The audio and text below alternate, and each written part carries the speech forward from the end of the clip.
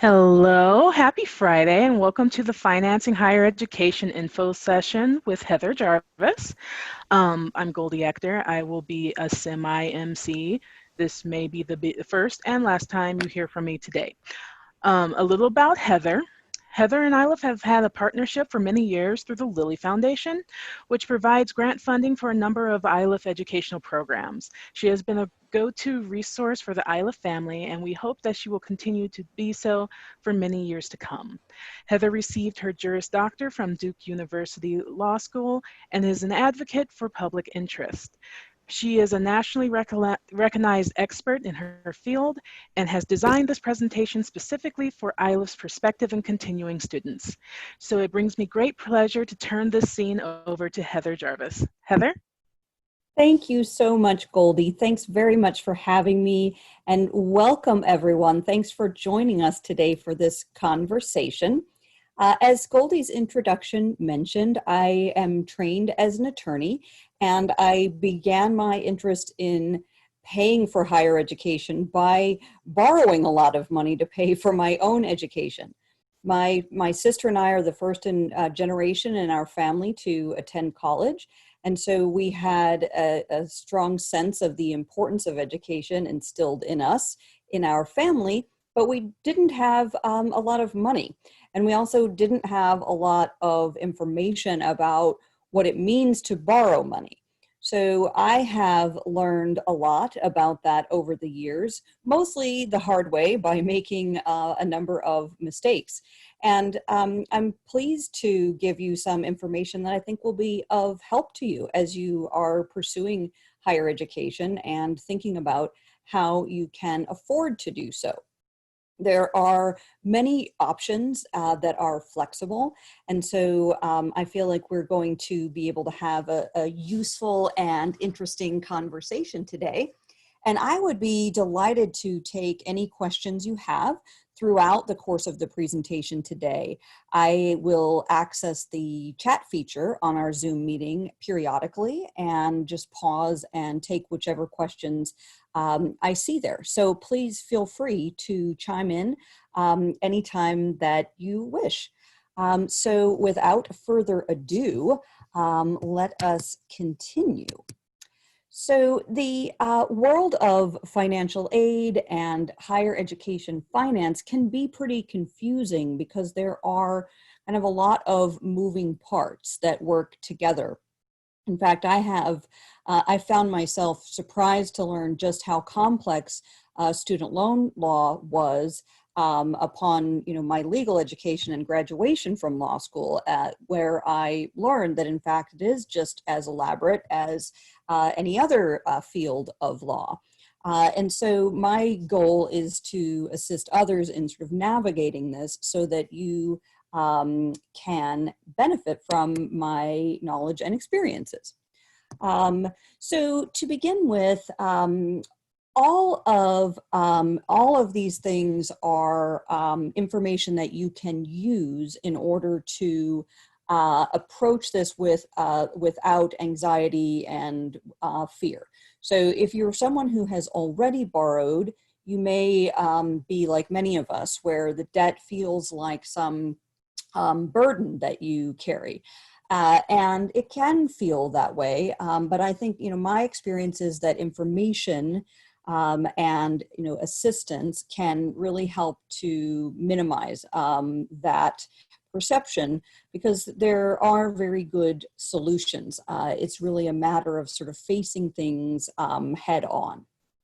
And so I want to encourage you to begin by thinking about the various different sort of categories of financial aid and assistance in paying for education that are available to you. The first thing that you want to focus on securing are what's sometimes referred to as gift aid. And these are sources of funding for your education that you don't have to pay back, so that once you receive them, they're yours to keep, and there isn't any ongoing obligation for you to repay. So this is the sort of best and most affordable way to finance education. You may find, based on your experiences with undergraduate education, that there's somewhat fewer sources of grant aid typically for graduate degree programs. Sort of understandably, public policy focuses more clearly on access to undergraduate education than it does for graduate education. That said, if you're considering pursuing seminary, you should begin by understanding that there are sources of funding that are denominational, as well as church-based source of funding, and this being sort of gift aid, grants, or scholarships that don't have to be repaid. And one of the probably primary sources of free money that you don't have to pay back comes from an institution like Iliff. So institutional grants and scholarships are a good starting place for building a financial aid plan that can help you access the education that you're interested in. So there are different types of institutional grants and scholarships. Some are merit-based, so tied to your grades or test scores or personal characteristics, things about you that are special, that stand out. And there are also some types of institutional aid that are need-based, in which you would have to demonstrate your financial circumstances and meet the qualifications. So at Iliff, as at other institutions, institutional aid is a limited amount of money that is awarded to students on a first come, first served basis. So it's always smart to be on top of things and get your paperwork going as early in the process as you are able to. Couple of sort of less known sources that you may want to give some consideration to are some employers have tuition reimbursement programs. So perhaps you would be eligible for something like that, depending on your own circumstances. And also work study is considered a sort of financial aid, where you're able to do a job on campus and be paid for that work. And these jobs are flexible and work together with your school schedule, so that you are able to study and work at the same time, hence work study, right? And those are the kinds of gift aid that are available. So the way to get started accessing these resources is by filling out that free application for federal student aid, known as the Fafsa. It all starts with the Fafsa, and you've got to fill out the Fafsa every year, even if you are not, financially distressed. You may still qualify for some aid. And the merit-based aid, for example, that I mentioned, does not necessarily have any need component. So you should fill out the free application for federal student aid, even if you're not sure that you will be able to demonstrate the financial need necessary for certain need-based programs. We have a question from Cheryl. Hi, Cheryl. Hey. Cheryl asks whether she can apply before she is accepted. Certainly you can fill out the FAFSA before you are accepted. You can fill it out starting in October of the fall before you plan to enter school. And when you do the FAFSA, you have to indicate which schools you want to have your report, the aid report, sent to, and you can update that. If you want to add other schools later on, you can do that. So that's a good question. So begin with the FAFSA. Everyone needs to begin with the FAFSA. And you'll find it on the internet, of course, like everything else. It's been relocated to studentaid.gov. So studentaid.gov is where you find a lot of official information about financial aid, including the free application for federal student aid. And I'll just point out now too, a lot of the other things I'll cover today are also addressed on this same website. So when we talk about loans and loan repayment programs, you'll see there will be information through that as well. Emily says she's already got a Fafsa account and for undergraduate school and wondering whether she can use the same one for graduate school. Yes, you can. You can. So once you get that federal student aid username and password, you'll use that forever. That can stick with you throughout. And in fact, the same login information you use for the FAFSA is what you can use later for student loan repayment and consolidation and all these other kinds of things. And in fact, the federal government is going more and more to a sort of centralized system. So I think that will become even more true here over the coming years as you are pursuing your education. So I also wanted to mention to you one thing, and then Brian, I'll look to your question here. We're going to talk some about borrowing. So what do you do once you've exhausted this gift aid, whether it be grants, scholarship, work study, or your own financial resources that you may be able to contribute? Many of us are not able to afford the full cost of graduate education with these sources of gift aid. And after we've exhausted those sources, we have to look to options for borrowing. And so what I want to talk about today are, how to really understand the cost of borrowing. This is something that I think many people are not especially aware of because there isn't anything particularly intuitive about it. It's not something that many of us learned in our families or in our, primary education. And so we'll talk about that some. And then I would just ask maybe Goldie will be able to answer Brian's question here in the chat. Brian asks, what % of Iliff students receive institutional aid from Iliff? And Brian, I'm not sure the answer to that question. I don't know if Goldie is off the top of her head. She may need to look some things up for you in that regard. But I will punt that question back to the team at Iliff for more detail as far as that goes. So when you talk about borrowing money, there is a cost associated with that. So you can't use someone else's money to pay for things, even if it's the federal government's money to pay for education, without being charged for that privilege. And the primary charge that we are subject to is interest. So you're probably familiar with the sort of basic terminology around borrowing. When we borrow money, the amount that you borrow is known as the principal balance. But we don't just pay back the principal balance.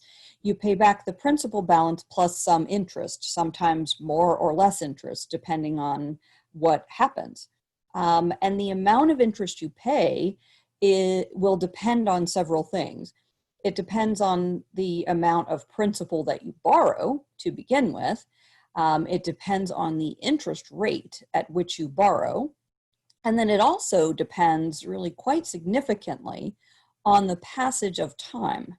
So it's important to understand that interest accrues on your principal balance at a particular interest rate over time.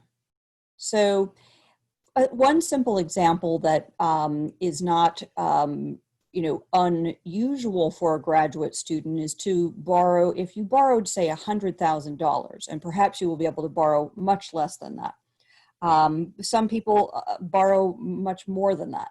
But if a person borrows $100,000 at a 6% interest rate, what that means is that 6% of 100,000 or 6,000 of interest accrues on that principal balance over the course of 1 year.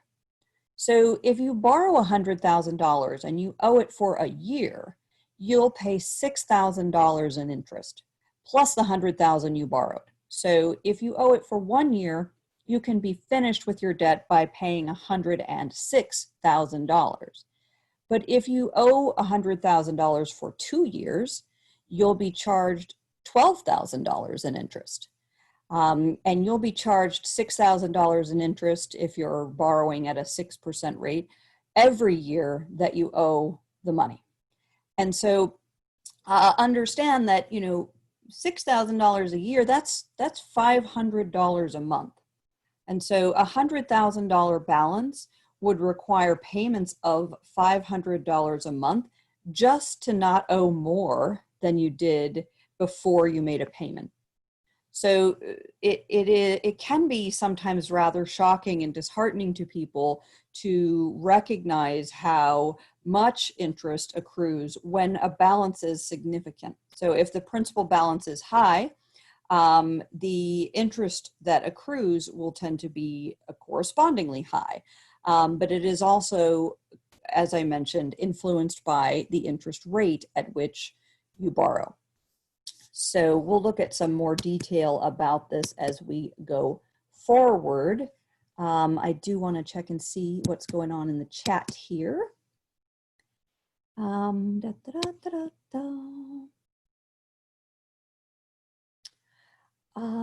Great. So Goldie is letting everybody know, as you can see in the chat, that Iliff is restructuring their scholarship program and increasing the number of students or the percentage of students who receive scholarships. And they're also increasing the types of scholarships that are available. Their aim is for 1/3 to 1/2 of the students to receive some sort of scholarship. And that is going to include some merit-based scholarships as well. So there you go. All right, so federal student loans. So if you are financing education and you have accessed the grant and scholarship aid that is available to you, and you still have some unmet need, so you still need additional funds in order to finance your education, you have essentially two options for borrowing. You can borrow from the federal government, or you can borrow through the private sector in some fashion. Federal student loans are very heavily regulated and controlled by Congress and the Department of Education. And so they have a lot of flexibility, but also quite a bit of complexity. But they have consumer protections as well. So things like grace periods. Most federal student loans have a 6-month grace period, meaning that you have 6 months after you graduate or leave school or drop below half-time status, before which you have to start making payments. There are also ways to postpone your obligation to pay on federal student loans. There are two terms that refer to postponing payments on loans. It can be referred to as a deferment or a forbearance, depending on the circumstances. Most of us have an in-school deferment on our federal loans while we are studying more than half time.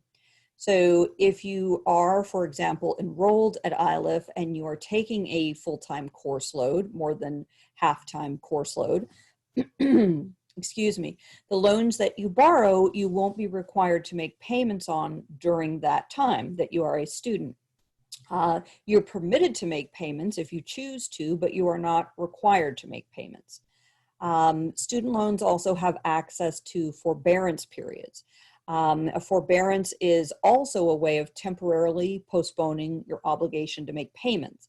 But a forbearance is issued for additional circumstances that are not available for deferments.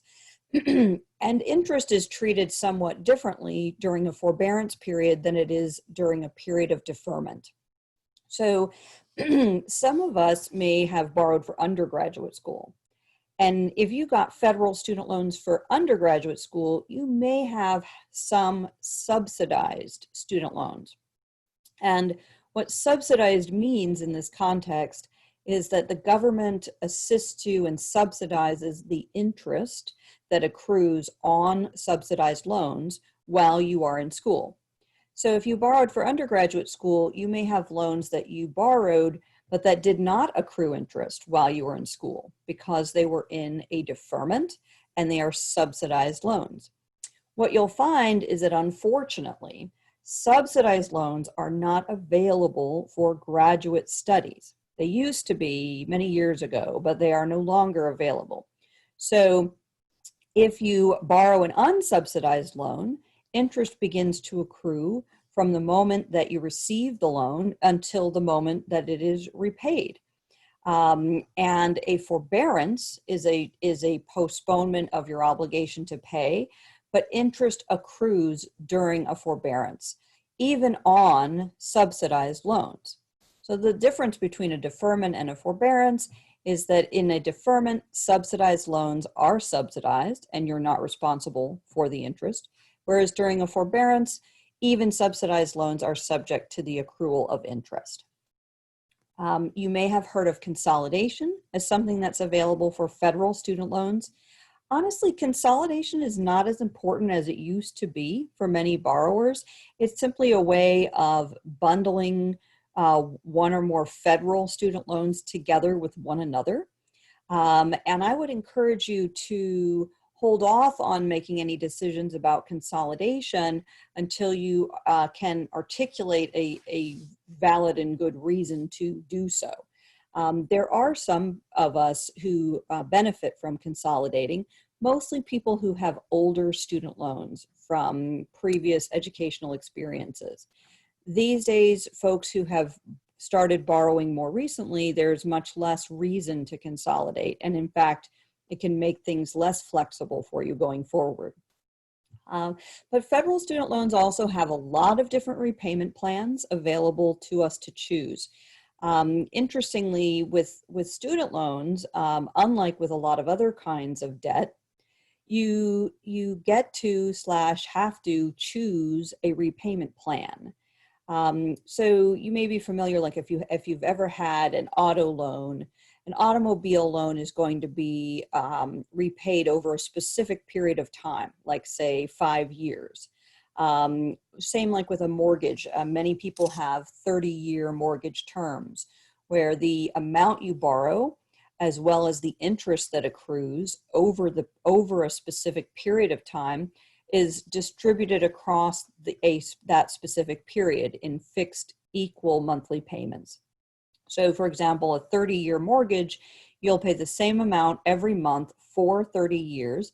And after 30 years, you will have fully repaid the principal balance that you borrowed, as well as all the interest that accrued. Student loans also have those kinds of repayment plans. They're called term repayment plans. And the so-called standard term of repayment for federal loans is 10 years, although you can get as long as 30 years to repay federal loans if you owe more than $60,000. But in addition to these standard plans, there are additional plans, graduated and extended repayment plans. There's plenty of time for you to learn more about the nuances between these different repayment options. But I want to introduce you to the idea so that you can understand the difference between a term repayment plan and an income-driven repayment plan. So again, a term repayment plan is where your payments are distributed over a specific term or period of time, whether it be 10 years or 30 years. Whereas federal student loans, it rather uniquely will also permit you to repay them based on your income. So rather than paying a specific equal amount every month for the entire length of time, federal loans offer the opportunity to make payments that are driven by income and affordable based on income. And that ends up being very important for many of us with rather expensive graduate degrees, and particularly if you're drawn to a field of work where salaries are not high, as is the case for clergy. So, and federal student loans also have the potential to be forgiven.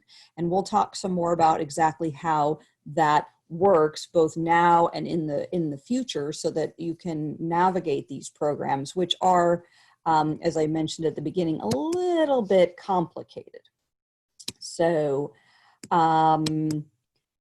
let's see. Goldie answered a question for Jennifer. Thank you, Goldie, mentioning to her that scholarships can sometimes be based on prorated enrollment for those who are not full-time. But Angela has a question as well. And Angela says, if you have to choose, is it better to put extra money toward paying off undergraduate loans or to saving so you don't have to take out as much in graduate loans? That's a really good question, Angela. And the answer, like it is to virtually every student loan question, is it depends. So, and it depends on several different things. So to begin with, I would encourage you to evaluate whether you have any other debt in addition to these undergraduate loans that could be higher priority or more expensive. For example, like credit card debt is usually at a higher interest rate. But if we're just evaluating strictly between undergraduate loans and graduate loans, in general, undergraduate loans have lower interest rates than graduate study loans do. And I have some visual aids coming right up here about the interest rates that you'd be subject to in this next academic year, and I'll talk to you about how those are set. But interest rates on student loans, federal student loans, are set by Congress. And so the rates that you have for your undergraduate loans will vary depending on when you borrowed them. So because of the problems with the economy right now, pursuant to the pandemic, interest rates are at historic lows. So undergraduate students will be accessing federal loans at 2.75% next semester. Your undergraduate loans are almost certainly at higher interest rates than that. Depending on when you borrowed, they could be as high as 6.8%, as low as 3.4%. But the interest rates that were available to you depended in part on when you borrowed, so what year you were in school. But the way that you can determine, well, I was going to tell you how to determine your interest rates on your undergraduate loans, but actually, because of the pandemic, federal student loans that are federally held have had their interest rates reset to zero for a period of time, from March 13th through September 30th. So if you log into your record, you'll see that your interest rates are at zero for most of your federal loans, but that's not going to hold up past the end of September. So let me show you actually how you can do that. Let me just show you here. If you go to studentaid.gov, again, this is the same site that I referred you to for the FAFSA, you can log in using your same federal student aid username and password. And then once you do that, you will see a display that indicates information about your loans, including who your loan servicing company is. The servicers are hired by the federal government to administer the loans. And right now, instead of seeing your actual rates, you'll see zero. So you'll need to look up the name of your loan servicer and call them and ask them what your interest rate is, because it's not going to be that 0% rate for long. But to finish answering Angela's question, it is likely better for you to save so that you can borrow less for graduate school. that is likely cheaper than making extra payments towards your undergraduate loans, primarily because it is very likely that your undergraduate loans are at lower interest rates than you would be able to access as a grad student. So that's the answer to that. So I mentioned that there's two kinds of borrowing available. One is federal student loans, the other is private student loans. Private loans are not all created equal. Some private loans are administered by nonprofit organizations that have public interest goals in mind.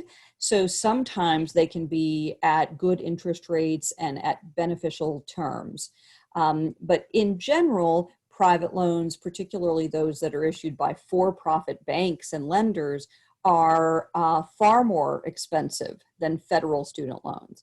And the primary reason for that is that the private lenders do an evaluation of the borrower's creditworthiness, and they use their underwriting standards to determine what interest rate to offer you. And so as a student, a lot of times students don't earn as much as they may earn when they're not studying. And your income is going to be part of their evaluation. And some students don't have a long credit history, which can also influence your ability to qualify for good interest rates. So the terms of most private loans are based on your credit, and they do not have the same flexibility as federal student loans. So it is wise to look first to federal student loans, and it only if necessary, which it ought not to be in many cases for your graduate program, look to the possibility of private student loans. Recognize that some private loans, most perhaps, have variable interest rates. And what that means is that you don't know for sure what your interest rate will be over time because it varies. Federal student loans are issued at fixed rates that stay the same over time. And if you're contemplating a private loan, you want to be clear about whether there's any cap on how high a variable rate can rise. Sometimes they will have the propensity to continue to rise over time with no limit. And I will say, be especially careful right now because of the fact that the economy is struggling.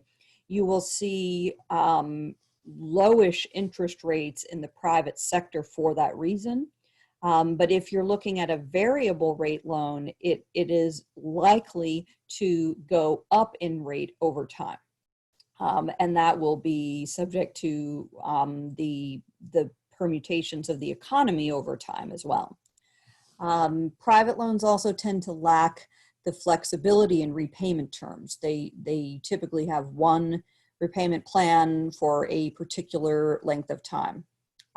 So I would also add, I think, to my answer for you, Angela, that if you have private student loans from your undergraduate education, you want to give those a little bit of a closer look to see if they are less advantageous than the federal loans that you'll have access to as a grad student. And you'll want to give that some consideration. So I talked about this a little bit, but I wanted to finish this up to letting you know that federal student loans are these days fixed interest rates. They have been for quite a few years. And so even though the interest rates don't change over time, once you borrow a loan, the rate you get is the rate you keep. But they do set new interest rates, different rates for each academic year, for each year that we borrow. So the federal year for interest rates starts on July 1st, and we are issued new rates each July for the loans that are going to be dispersed the following academic year, or that full calendar year from July through the end of June. And so if you're, for example, if you're matriculating this fall, you will have access to some of the lowest federal interest rates that anybody's seen in a long time. But you'll want to be aware that you may pay somewhat more for loans you borrow for your second year of study than you do for your first year, depending on how things go with the economy. And again, private student loans are not going to be the same as federal loans, and they are going to be tied more closely to the lender's evaluation of your credit worthiness. Emily asks, will federal loans cover all education costs after gift money has been exhausted? In other words, how do I ensure I don't need to get private loans to cover tuition and education? Great question. So let me show you, and I think it may be my next slide here. Maybe not quite. Let's do this one. I'm just going to defer your question, Emily, for 1 second, and I have a visual that will help me to describe that to you.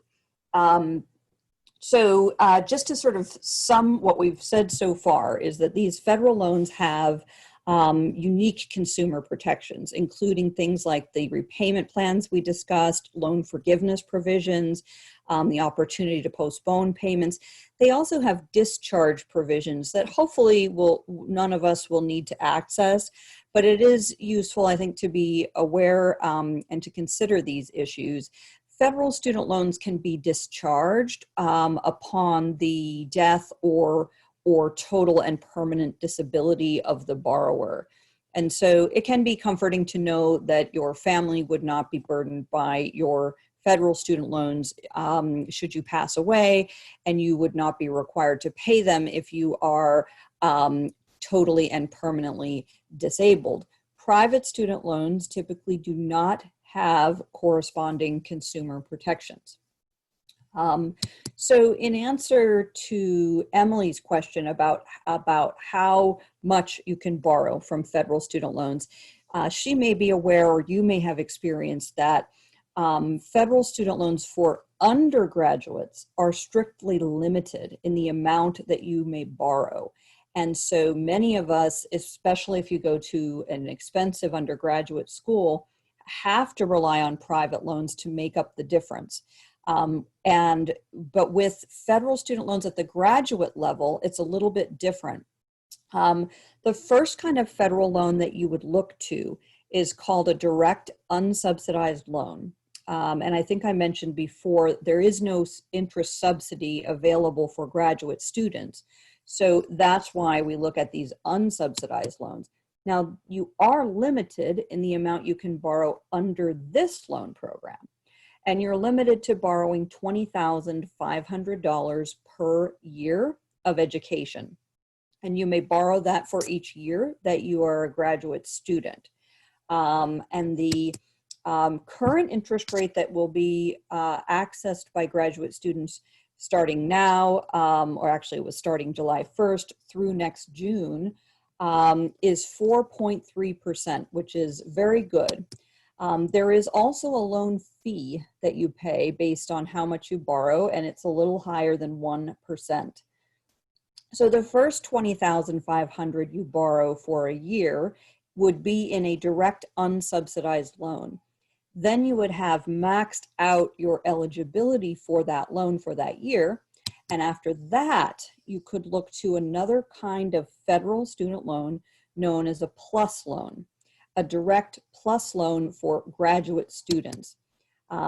You do have a limit on how much you can borrow from the PLUS loan program, but the limit is the full cost of attendance. So cost of attendance is a term of art, and it refers to the budget that's published by the school, where it includes tuition and fees. It includes living expenses, as well as other required expenses by the school. So the cost of attendance should be everything you need to borrow for your school. In fact, some students, or even maybe a majority of students, can potentially live on less than the cost of attendance, depending. So the cost of attendance is meant to represent the full cost to you as a graduate student. But if you have unusual circumstances, like you're able to live with a family member without having high rent, for example, you may be able to live on less. or if you have a lot of financial responsibilities like children, for example, it may be that your budget is higher than that cost of attendance that is published by the school. But Emily, you can borrow up to the full cost of attendance through a combination of the direct unsubsidized loan and the direct plus loan program from the federal government. One of the reasons I mention private loans as much as I do is that this is the kind of environment in which you might find lower interest rates in the private sector than you see in the federal sector, only if you have a income and a strong credit history. But if that's the case for you, I still urge you to consider federal student loans due to other features they have, the consumer protections like flexible repayment provisions and forgiveness provisions. The thing about these plus loans is that they are the one kind of federal student loan that requires you to pass a credit check. Now, you don't necessarily have to have like extremely excellent credit, but you have to not have what they call adverse credit, which is essentially major credit problems like foreclosures, defaults, and delinquencies.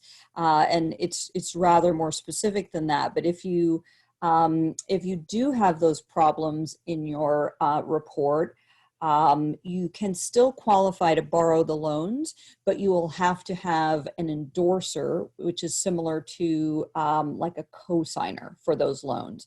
And that would often be, for many people, a parent. The interest rate that you would have access to for this year for plus loans is 5.3%. So this is the other thing to bear in mind, is that the first $20,500 you access in federal student loans is going to be cheaper, significantly cheaper than the next borrowing you would do. It's at a lower interest rate and has a lower loan fee. These direct plus loans have a loan fee of more than 4%. And that is an amount that is just tacked on to your principal and that you don't see, but you have to pay. So that should hopefully answer your question, Emily. If you want to check and see, if you haven't lately, it's a good idea to check your credit report periodically to see what's on there and make sure it's correct. Because of the coronavirus, the credit reporting agencies are allowing us as much access as we want to our credit reports through April of 2021. In general, you're allowed one free credit report per quarter because there are 3 different credit reporting agencies, and the federal law requires that they allow you access to your credit report once a year. If you cycle through the different agencies, you can end up doing it every 3 months. And it's a good idea just to check it out and see what's on there. If you do already have some private loans from undergraduate school, those terms really vary a lot. And so it's difficult for me to give you a lot of very specific advice, but it's all controlled by the promissory note, which is the contract that you signed. If you're looking for more information about those loans, I encourage you to read that document. If you can't lay your hands on it, you can always request it from the lender. And you can see who your lender is on your credit report if you're not certain. So the last thing I wanted to cover with you today is just to give you a sense of what it means to borrow for education after you're finished with your education and you have to pay them back. So that's the hard part, right? It's easy to get student loans by filling out the Fafsa and doing entrance counseling and signing a master promissory note online. What is more complicated is fulfilling your obligation to repay. And luckily, there are 2 primary kinds of federal loan forgiveness that could apply to you depending on your circumstances. I want to mention as an aside before we look at these that there is some possibility of change to some of these provisions that we talk about today. So If you already have student loans, it's very likely that these programs that I described to you will apply to you and your loans in the way that I described them. If you haven't borrowed any student loans yet and you're considering doing so, it's possible that the rules could change or be tweaked at some point, either before you borrow or during the course of your education. And that's going to be especially tied to the results of the next election. And certainly nothing's going to happen before that. And even after that, it's, depending on how things go, I think it's unlikely that we're going to see, sweeping changes immediately. And for the most part, if you have even so much as one federal loan, you'll be subject to the rules that were in place when you got that first federal loan. That said, I want to sort of give you that caveat that I can only tell you what I know. I can't tell you what will be the case later, and I do expect there to be some change and some transition in future years, potentially even over the course of the next year. So I encourage you to kind of keep your eye out and stay in touch with Iliff and me for good, current information. But in general, there are two primary sources of federal loan forgiveness. One I call sort of long-term income-driven forgiveness. And the way this works is that if you borrow money and then you make payments that are tied to your income, and you do this and you pay for 20 years in most cases, 25 if you have older student loans. If you still owe money after that length of time, the balance is canceled and forgiven, assuming that you have enrolled in one of these repayment plans. But the amount that's forgiven is then treated as taxable income to you in the year in which you receive it. And so that can be a successful way of resolving your student loans. It can be affordable, but you wouldn't want to be surprised by the tax. That could be an unwelcome surprise. The other sort of loan forgiveness, my personal favorite, is called public service loan forgiveness. And the way public service loan forgiveness works is that if you are employed full-time for a qualifying public service employer, like an organization that is structured as a 501c3 nonprofit or a government organization. And by the way, churches are 501c3 nonprofit organizations. And if you're working full-time for such an organization, you can earn public service loan forgiveness by making 120 so-called qualifying payments. Now, there's a lot of substance included in that word qualifying, and so you'll want to be aware that this is not automatic, and you would have to take specific actions and fill out lots of paperwork in order to make this happen. But it is real, and it is generous, and it can apply to clergy and others working in religious settings, including in churches that are nonprofit. And the way it works is that if you can make these 120 qualifying payments, then any amount that you still owe is canceled and forgiven tax-free. And 120 payments is the equivalent of 10 years. So if every payment you make counts towards the 120, if it's in fact qualifying, then it takes exactly 10 years to earn forgiveness. In some cases, it may take longer than 10 years to make 120 qualifying payments. But public service loan forgiveness is extremely generous and can mean that you make low monthly payments based on your income and be finished with your debt after 10 years. It is a matter of counting the payments you make towards forgiveness. So it's not a matter of counting the length of time over which you've been in public service. So, many of us who have much older student loans like me have done many decades of public service and earned no forgiveness. And so it's important to recognize it's about counting which payments count towards forgiveness and which do not. And the payments that count towards forgiveness are always those that are driven by income. And what they do is they look at a figure called discretionary income. Discretionary income is defined as by looking at your family size and the federal poverty rate that corresponds with your family size, as well as the amount of money that you earn as represented by your adjusted gross income from your tax return. So for example, a single person, the federal poverty rate is somewhat more than $12,000 annually, and they take 150% of that amount. So it's roughly $19,000. So the first $19,000 you earn is insulated and protected, and no portion of it is required to be sent to your student loans. It's the amount that you earn over and above that that is considered your discretionary income. And then your payment is set as a percentage of your discretionary income, typically 10% under most of the plans that you'd be eligible for, although 15% under some of the plans that are also available. So again, just to sort of sum up, you can make payments that are 10 or 15% of your discretionary income.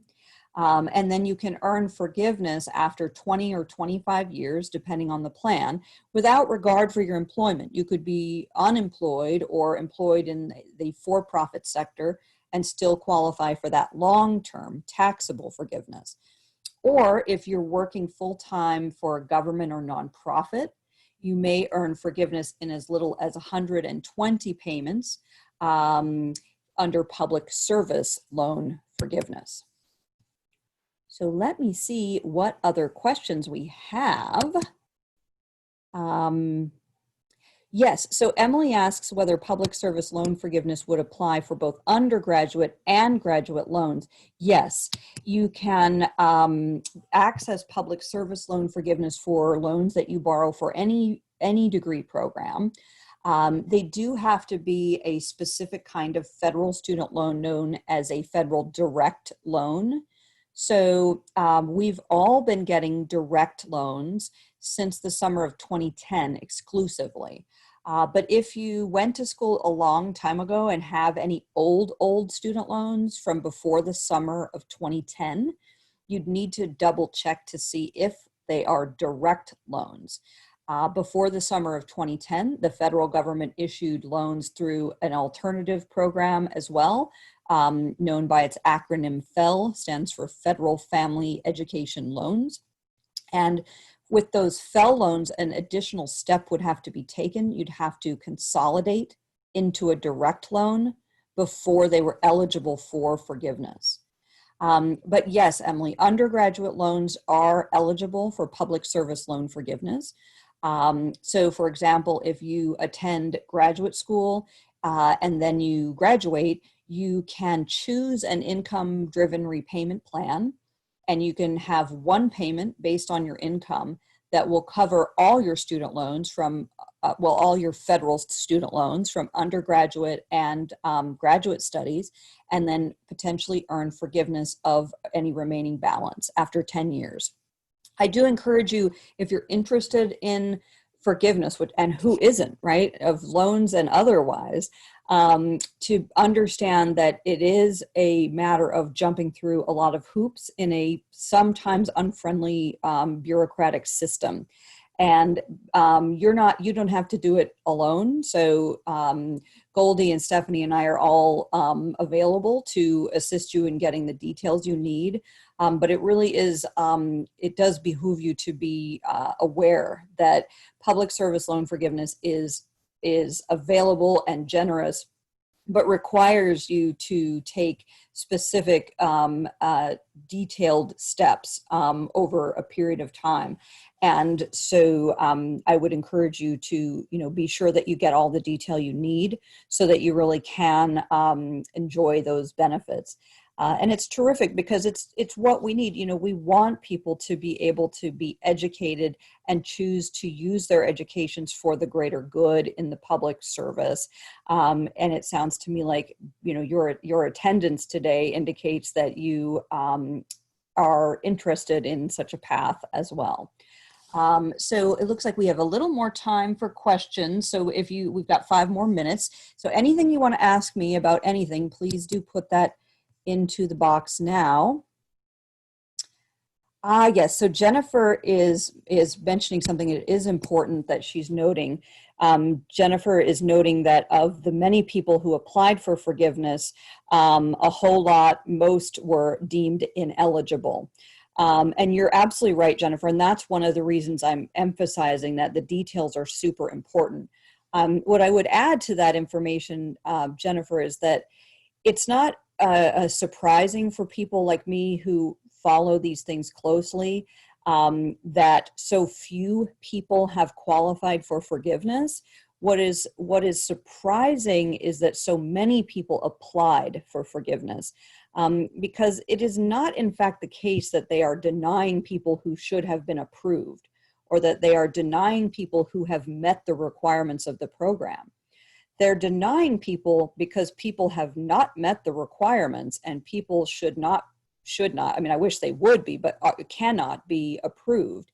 And the reason for that is that the program is really excessively complicated and difficult to navigate. And the system, primarily the servicing companies that are hired by the federal government, have done a very poor job explaining and guiding borrowers. And it's not surprising, because their primary job is to collect on loans on behalf of their employer, the lender, the federal government. But borrowers are left, with nowhere to turn, and it is very difficult to navigate on your own. So, Jennifer, the reason so few people have qualified is because people who were able to start towards forgiveness more than 10 years ago, because it takes 10 full years to get forgiveness, they are far more likely than this group to have older student loans. And so people with older student loans needed to consolidate, or needed to reconsolidate, or needed to switch repayment plans. And they had none of this information going in. So when they went to school, this program didn't even exist. Then they get out, and no one notified them, no one helped them, no one answered their questions. And so it's a terrible it's a terrible truth that many people are being denied. But I do want to emphasize that that's not because the program doesn't exist, or because the government is just arbitrarily denying people. It's because the requirements are very specific, and hardly anyone is in a position to have met those requirements. And of those who are in a position to have met the requirements, they have not received the guidance they needed in order to actually check all the blocks that have to be checked. But you are in a different situation. So you have access to the professionals at Iliff, including Goldie and myself, to help you navigate the permutations. And they are complex. Don't get me wrong. They absolutely are. I do, public service loan forgiveness trainings done at Iliff for years. It takes me 90 minutes to explain how to, navigate the system. And then that's just like, sort of to get you started. So I appreciate you mentioning that, Jennifer. If anyone has any other questions, or Goldie or Stephanie, if you'd like to make any more comments to the group, I have completed my presentation. Well, thank you so much, Heather, for that deep dive into federal and private student loans. It is a complicated subject, and we are more than grateful for the gift of your time and attention. And thank you, attendees. I hope you found the value in the information that was presented, and know that we are available for any further assistance. And we are dedicated to being a continual resource for you as you navigate the process of funding your education. So don't hesitate to reach out. We're here to help. So thank you again.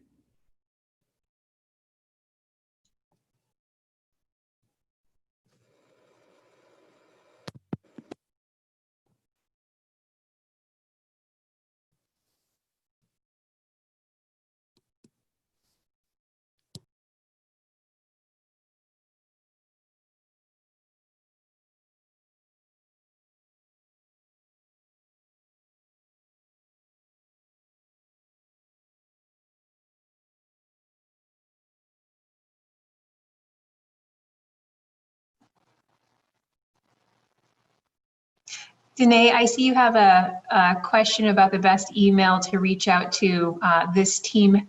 Goldie, is there a preferred email that you recommend? Yeah, the easiest one is financialaid@iliff.edu.